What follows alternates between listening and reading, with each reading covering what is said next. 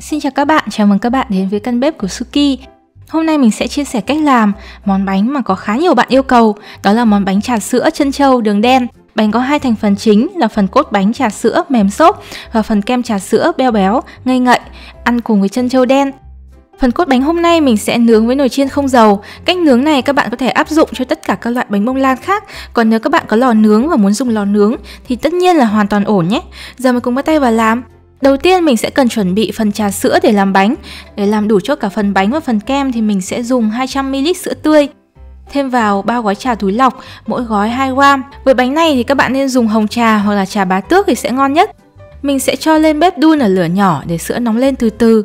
Khi sữa đã nóng thì mình để ngâm khoảng 15 phút nữa. Khi trà đã phai hoàn toàn ra sữa thì mình sẽ thu được phần trà sữa dùng để làm bánh.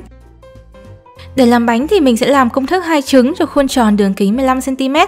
Các nguyên liệu mà mình cần như sau. Mình sẽ tách riêng lòng trắng và lòng đỏ của hai quả trứng lớn. Các bạn nhớ dùng trứng lớn với khối lượng từ 55 đến 60g một quả thì bánh sẽ xốp và nở cao hơn nhé.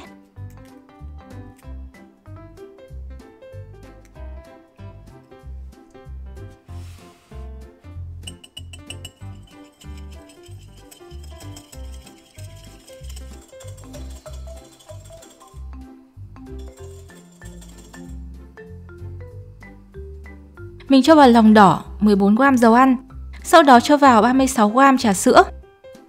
Trộn đều.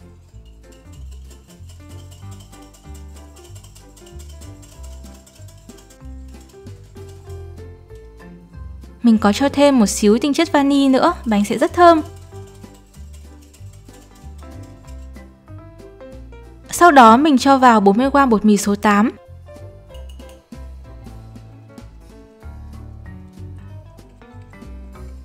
Trộn đều.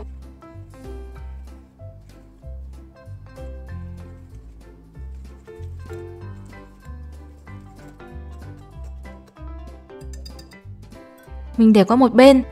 Tiếp theo mình sẽ đánh bông lòng trắng trứng, mình cho vào một xíu muối.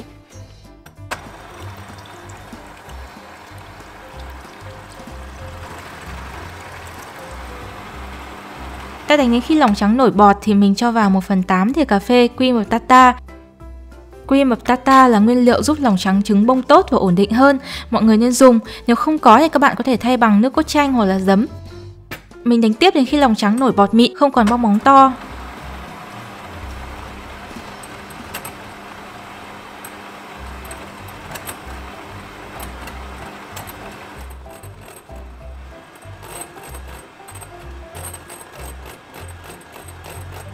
Mình cho vào từ từ 35g đường, đánh đều. Trong suốt quá trình thì mình sẽ bắt đầu đánh ở tốc độ thấp nhất, khoảng tốc độ 1, rồi sau đó tăng dần lên tốc độ 2 đến 3 và giữ nguyên tốc độ như vậy đến khi lòng trắng trứng bông cứng.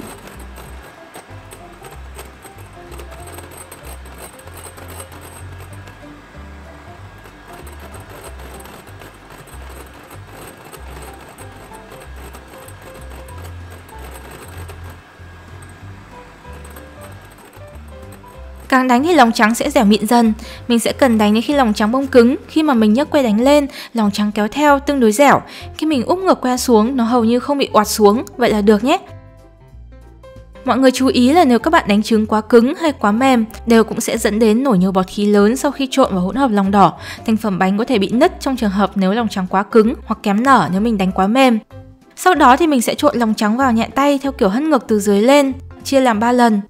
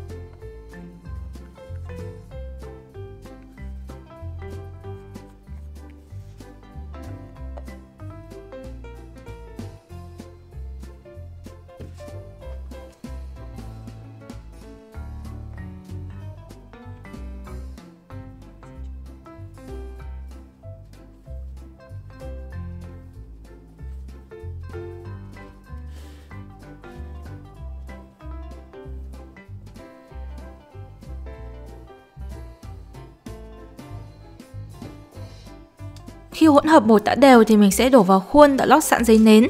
Hôm nay mình dùng khuôn dời đường kính 15 cm.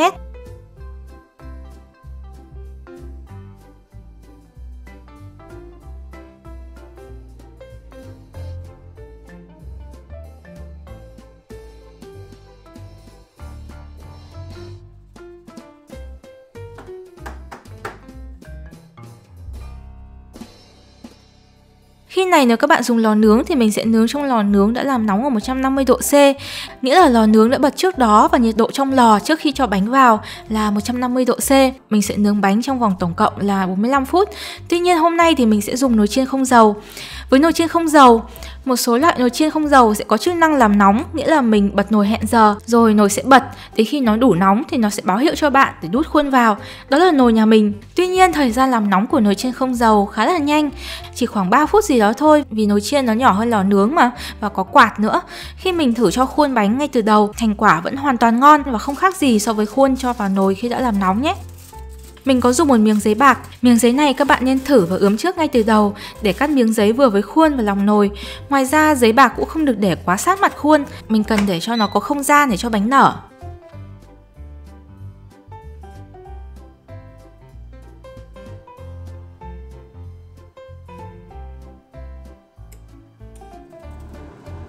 Mình sẽ nướng bánh như vậy đến khi còn khoảng 10 phút thì mình sẽ mở nồi và lấy giấy bạc ra. Mình sẽ nướng thêm hết 10 phút để cho mặt bánh được vàng. Khi bánh chín thì mình có thể lấy ra ngoài và thả rơi khuôn như mình đã làm trong video bánh gato Hồng Kông, và mình cũng có thể úp khuôn bánh trên rack đến khi bánh bớt nóng. Khi khuôn bớt nóng thì mình lấy bánh ra khỏi khuôn và ta để bánh nguội hoàn toàn.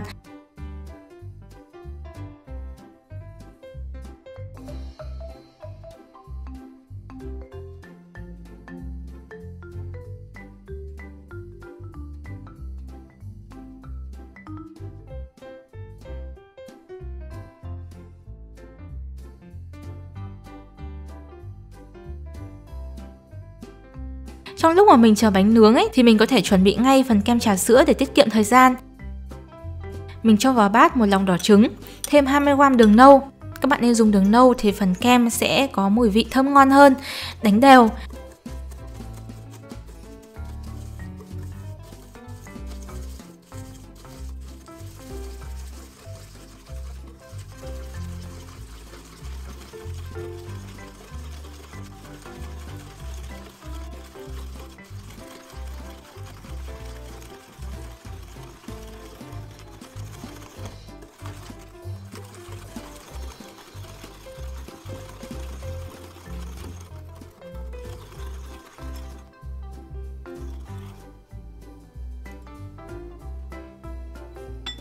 Sau đó mình cho vào 10g bột ngô. Nếu mọi người không có bột ngô thì có thể thay bằng bột mì.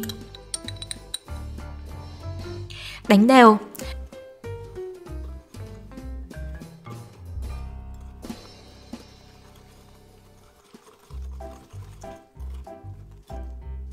Sau đó mình cho vào 150g hay 150ml trà sữa.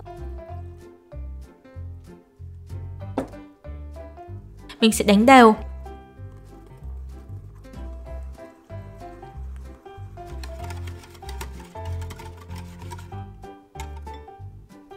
Rồi đổ vào nồi. Nếu mọi người sợ vụn bột thì có thể lọc lại hỗn hợp qua dây.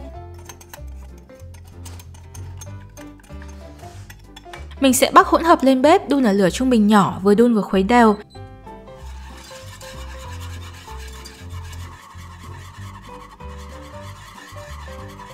Đến khi hỗn hợp sệt thì là bột đã chín, mình sẽ cho ngay phần kem này ra bát.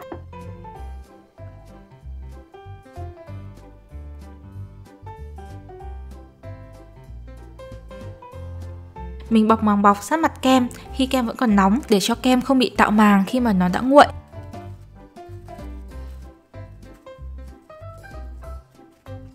Ta để như vậy đến khi kem nguội hoàn toàn trong ngăn mát tủ lạnh. Sau này thì mình sẽ lấy kem ra và trộn cùng với kem tươi đánh bông nữa. Trong khi đợi kem nguội thì mình sẽ nấu trân châu. Mình đun một nồi nước sôi. Khi nước sôi thì mình đổ trân châu vào. Khi mới đổ vào thì trân châu sẽ chìm xuống dưới. Mình dùng đũa khuấy nhẹ để cho trân châu không dính vào nhau. Với bánh này thì mình dùng khoảng 50g trân châu khô là vừa đủ. Mình thì luộc thêm để lát uống trà sữa nên mình dùng 100g. Khi chân trâu đã nổi hết lên thì mình ngừng khuấy và để chân trâu luộc như vậy trong vòng 15 phút ở lửa trung bình.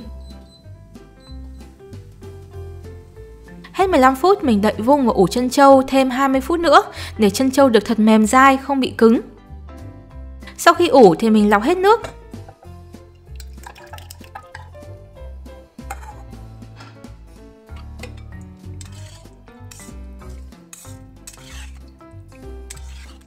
Mình cho chân trâu ra bát và trộn ngay với đường đen.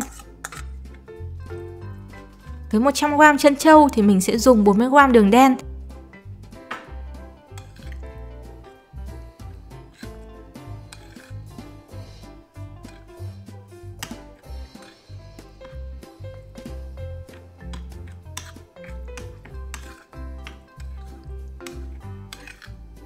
Mình sẽ ngay lập tức thu được phần chân trâu đường đen với sốt rất là ngon.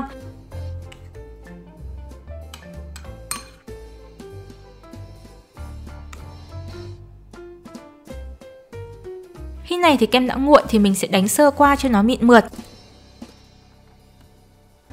Ai mà muốn thêm vị phô mai thì có thể cho thêm khoảng 50g phô mai vào lúc này.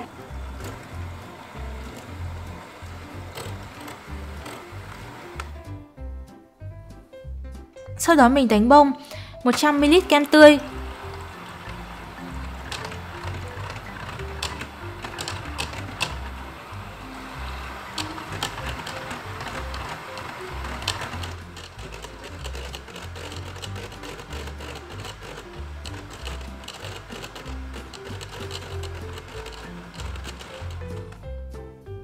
Đổ phần kem trứng và đánh đều.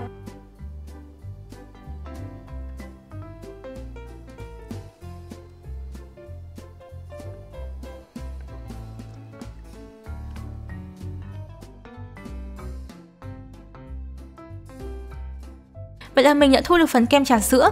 Nếu mọi người muốn kem lỏng hơn hay đứng hơn thì mình có thể đánh bông kem ít hơn hay nhiều hơn nhé. Khi ghép bánh thì mình sẽ dùng một miếng mica bọc quanh bánh. Làm như vậy thì mình sẽ cho được nhiều sốt lên bánh hơn. Mình thích ăn nhiều kem nên phần kem này sẽ vừa đủ cho cái công thức bánh của mình hôm nay. Tuy nhiên thì các bạn có thể chia làm đôi phần kem này để làm 2 cốt bánh.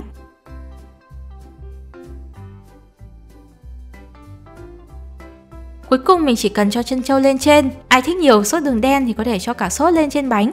Ai không thích vị ngọt nhiều thì có thể không cho quá nhiều sốt. Vậy là món bánh chân trâu đường đen hôm nay đã xong. Nếu các bạn thấy video này hữu ích thì hãy cho mình một like, một chia sẻ video và nhớ ấn đăng ký để không bỏ lỡ các video tiếp theo trên kênh nhé. Hẹn các bạn trong video tới.